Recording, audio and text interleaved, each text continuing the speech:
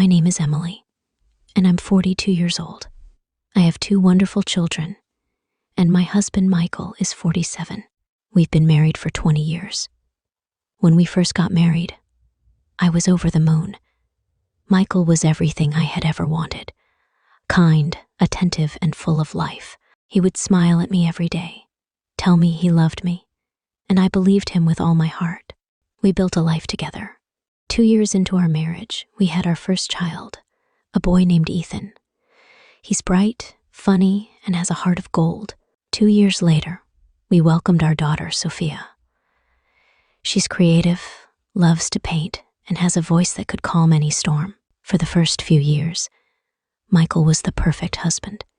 He worked hard, provided for our family, and always made time for us. I stayed home to take care of the kids, cook, clean, and help them with their schoolwork. Life felt like a fairy tale. But as the years went by, Michael started to change.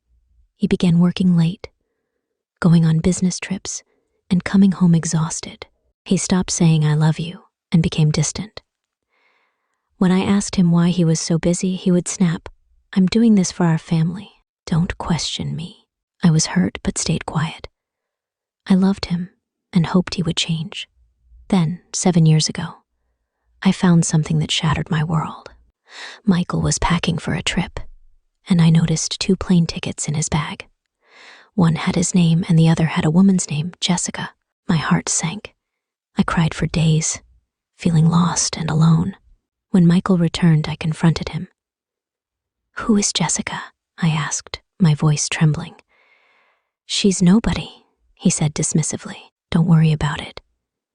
I didn't believe him, but I didn't push further. I wanted to keep our family together. Ethan was only 5 years old, and Sophia was just a toddler. I couldn't bear the thought of breaking their hearts. Over the years, Michael's behavior didn't change. He continued working late, going on trips, and coming home with excuses. I knew he was still seeing Jessica, but I didn't say anything. My heart grew cold, and our home felt empty. I cleaned the house, cooked meals, and took care of the kids, but there was no joy in it. When I looked at Michael, he felt like a stranger. One day, I ran into an old friend from college. His name was David. We had been close years ago, and he was always kind and gentle. I saw him with his wife, opening the car door for her and helping her with her coat. It struck me. This is what love looks like: care, respect. David and I started talking. He asked me how I was, and for the first time in years, I felt seen. "I'm fine," I said, but he could tell I wasn't. He listened to me, and for the first time in a long time, I felt alive again. For 3 months, David and I talked. I didn't want gifts or grand promises. I just wanted to feel loved. But Michael found out, and he was furious. "Why did you do this?" he shouted. "Because I needed love," I said, my voice breaking. We had long, painful conversations. Michael cried and begged me to stay. "I love you," he said. "Please don't leave me." "Why now?" I asked. "Why after 20 years?" "I didn't know you were hurting," he said. One night, I fell seriously ill and had to be hospitalized. Michael stayed by my side, holding my hand.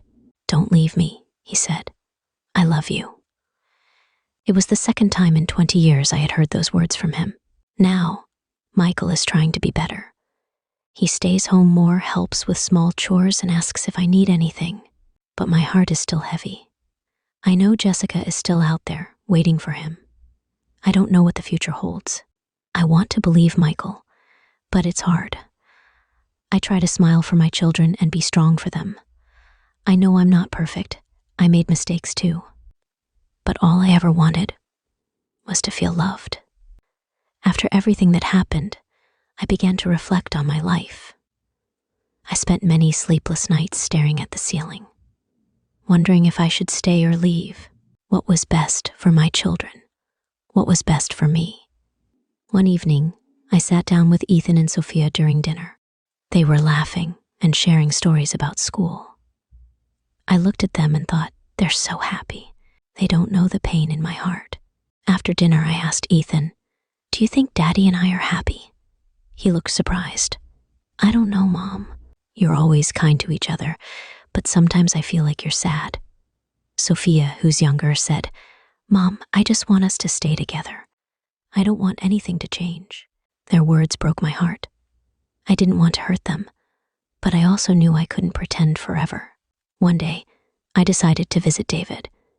We hadn't spoken since Michael found out about us. I needed closure.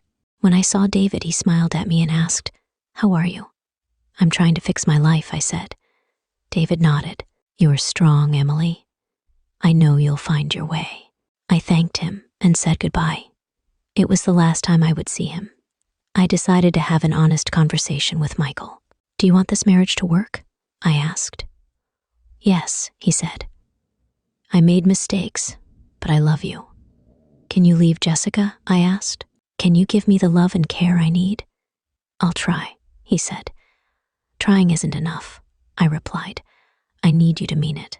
I thanked him and said goodbye. It was the last time I would see him. I decided to have an honest conversation with Michael. Do you want this marriage to work? I asked. Yes, he said. I made mistakes, but I love you. Can you leave Jessica? I asked. Can you give me the love and care I need? I'll try, he said. Trying isn't enough, I replied. I need you to mean it. Michael has started to spend more time with me. We go for walks, talk about small things, and slowly I see a glimmer of hope. But my heart is still unsure. Forgiving him has been the hardest thing I've ever done. I've also started focusing on myself. I read books, go for walks, and remind myself that I am strong, kind, and deserving of love.